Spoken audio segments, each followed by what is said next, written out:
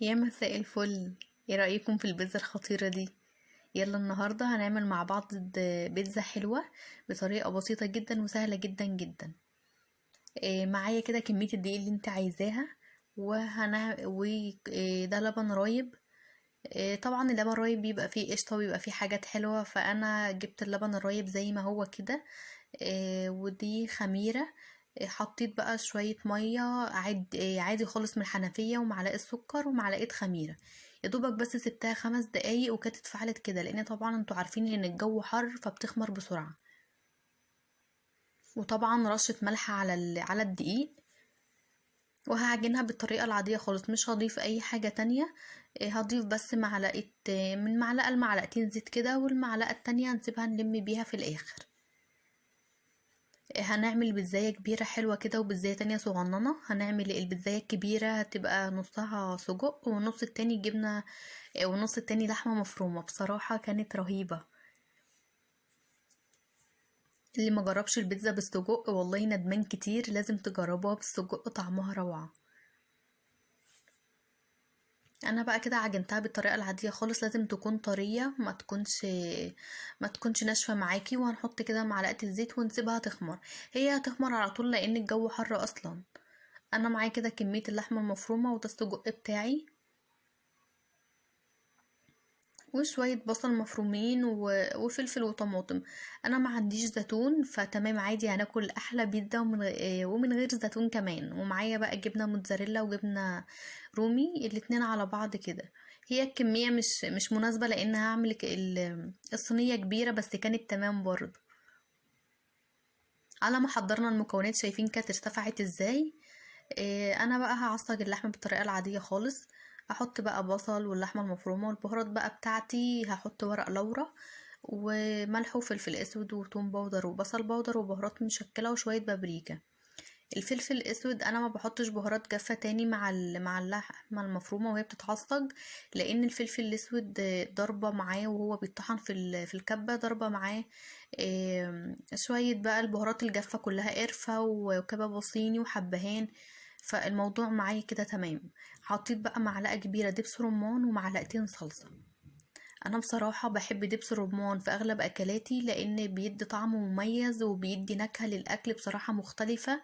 وبيخلي الاكل بتاعك مختلف عن اي حاجه دقتيها، سواء مثلا دقتي مثلا الاكله دي بره، هتبقى بتاعتك مختلفه عن بتاعت بره، بس بالاحلى كمان لان معاها دبس رمان.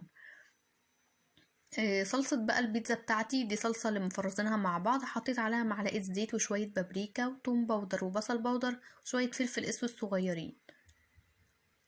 وتمام على كده، اسيبها بقى تنشف شوية على النار وهشيلها. اللحمة المفرومة بتاعتي كانت استوت، وحطيت معاها شوية فلفل كده. في نفس الطاسة برضو هعمل السجق بتاعي. انا عايزة احس بطعم السجق، مش هحط معاه اي اضافات تانية خالص. هنعمله بطريقة حلوة جدا جدا.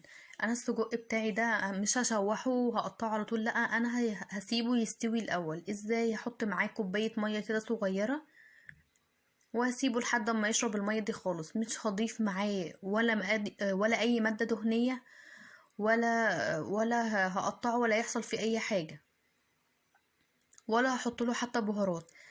حتى لو انا عاملاه لوحده من غير ما يكون مكان اللحمة، انا برضو مش هحط له اي مادة دهنية ولا بهارات. سبته كده لحد ما يشرب المية بتاعته، كان استوى. هقطعه بقى. انت حابة تطلعيه برا تقطعيه بالسكينة عادي. انا قطعته في الطاسة كده بالمقص، مقص للاكلات بتاعتي. فقطعته سريع سريع كده، واحط معاه شوية فلفل بس. لا احط بصل ولا توم ولا اي حاجة، دي برضو ترجعلك انت، لان احنا مش هناكل الحاجات اللي معاه. انت لو حابة ان انت تحطي معاه اي اضافات تانية براحتك. بس هو بيبقى فيه البهارات بتاعته والسمنة بتاعته كل حاجة. انا لا ضفت له اي حاجة. شايفين لونه حلو ازاي؟ من غير اي مادة دهنية ولا بهارات ولا كلام من ده. كده حضرت المكونات بتاعتي، كانت العجينة ارتفعت وبقت تمام. هنفردها بقى بالطريقة العادية خالص.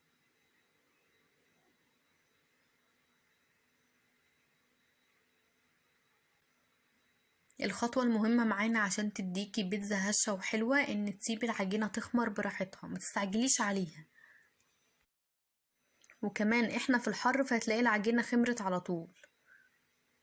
جبت كده الصينية بتاعتي، كانت صينية كبيرة، حطيت كده فيها معلقة زيت وهمسحها كده مسحة بسيطة وهفردها. انا كنت فاكرة ان هي تاخد صينية واحدة فهي طلعت كبيرة شوية، فعملت صينية وبرضو الصينية التانية صغيرة. بصراحة جربوا البيتزا بالسجق، كانت تجنن. احنا كنا بجد بنتخانق على الحتة اللي فيها السجق، كانت رهيبة بجد.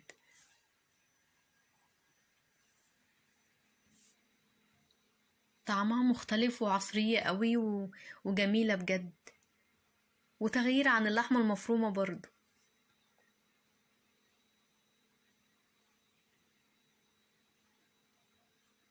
انا كده رصيتها السجق، والناحية التانية دي اللحمة المفرومة، ورصيت بقى شوية الفلفل والطماطم. دي البيتزاية التانية الصغيرة طبعا. اللحمة المفرومة في ناحية، والتانية في ناحية تانية خالص. بس الجبنة طبعا معايا ما كانتش كتيرة، بس كانت تمام يعني. شايفين حلوة ازاي بعد ما طلعت من الفرن؟ كانت تحفة، والجبنة برضو كانت جميلة عليها. هي مش كمية بس كانت والله يعني أدت بالغرض، وكانت تحفة بجد. جربوا البيتزا بالسجق، كانت رهيبة.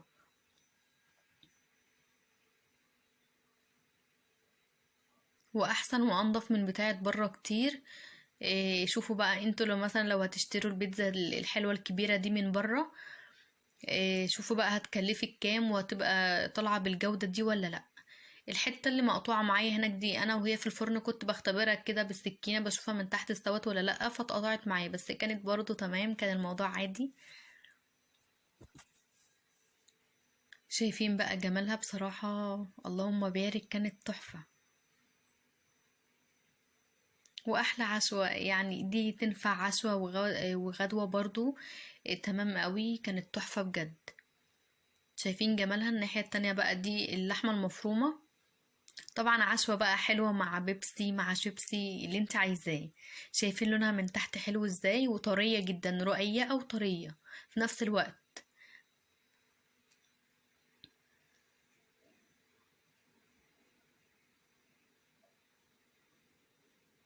الجبنة كانت بتشد وحلوة، فيها مطة كويسة بس عشان مش كتير، فكل حتة هتلاقي عليها شوية كده. ما تنسوش بقى تجربوها وتقولوا رأيكم فيها، طبعا مع شوية البيبسي لازم بقى مع البيتزا طبعا. ما تنسوناش بقى في اللايك والشير واشتراك في القناة. مع السلامة.